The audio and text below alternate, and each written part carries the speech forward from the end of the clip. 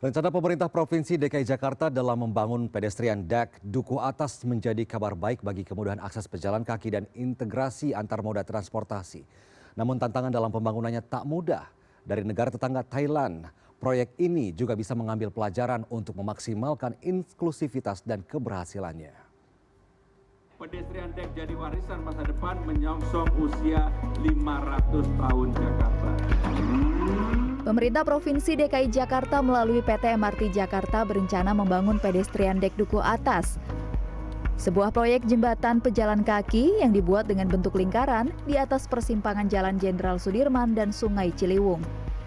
Dibuat melayang dengan ketinggian tiang panjang 8 meter dan diameter 100 meter, proyek ini akan dimulai November tahun ini. Pasalnya, hingga kini salah satu simpul tersibuk ini belum terhubung satu sama lain. Di persimpangan jalan ini ada berbagai macam moda transportasi yang bertemu. Ada KRL, kereta bandara, Transjakarta, MRT, LRT Jabodebek, dan juga nantinya LRT Jakarta stasiunnya akan ada di sini juga. Tapi sayangnya dari antara satu kuadran ke kuadran yang lainnya, ini masih belum ada pedestrian yang mampu menghubungkan satu sama lain. Jadi kalau pejalan kaki nih harus turun ke dalam lorong, kemudian naik turun JPO, kepanasan, dan juga kehujanan. Jika menengok negara tetangga dari ibu kota dengan tingkat mobilisasi yang tinggi, ada pula tempat bagi pejalan kaki melayang yang bentuknya serupa. Salah satunya Skywalk di Victory Monument, Bangkok, Thailand. Salah satu pedestrian melayang atau skywalk yang cukup penting di kota Bangkok adalah tempat saya saat ini, yaitu Anusawari Chai Samorapom atau Victory Monument. Monumennya ada di belakang sana. Dan skywalk ini mengapa penting? Karena menghubungkan dua moda transportasi umum sekaligus, yaitu dari BTS atau kereta layang yang stasiunnya ada di ujung selatan sana, dan kemudian bisa menghubungkan para pejalan kaki untuk mengakses halte bus. Ada 4 titik yang ada di ujung-ujung dari setiap lingkaran ini. Dan kemudian selain dari moda transportasi, skywalk ini juga menghubungkan dengan kawasan komersil. Bisa dilihat ini jembatannya langsung mengarah ke satu plaza. Ini plaza kedua dan ada plaza ketiga di ujung selatan sana dekat dengan stasiun BTS. Dan selain itu, dari skywalk yang sudah terbangun ini panjangnya 800 meter kira-kira, dan nanti akan dilanjutkan, proyeknya sedang berjalan di ujung sana. Nanti bentuknya akan melingkar, jadi para pejalan kaki ini tidak perlu naik turun, kemudian mengakses zebra cross biasa ataupun juga jembatan penyeberangan orang yang lainnya begitu ya, untuk bisa mengakses dari seluruh sudut di lingkaran Victory Monument ini. Skywalk di Victory Monument ini menjadi penghubung antara wilayah suburban dengan distrik wilayah rumah sakit dan niaga. Skywalk ini telah berhasil membuktikan desain jembatan penghubung antar moda hingga area-area milik pemerintah dan privat, baik fasilitas publik maupun komersil. Dewan Penasehat Masyarakat Transportasi Indonesia sekaligus akademisi Universitas Sugia Pranata Joko Setiawarno menyebut, Jakarta dan Bangkok memiliki banyak kemiripan dari segi sistem transportasi metropolitan. Jakarta dinilai telah berhasil mengembangkan transportasi umum, namun kini harus lebih fokus pada kawasan berorientasi transit.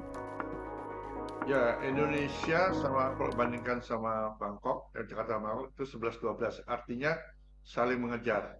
Karena Bangkok itu tahun 2000-an dia tuh belajar dari KRL bagaimana membangun kereta perkotaannya.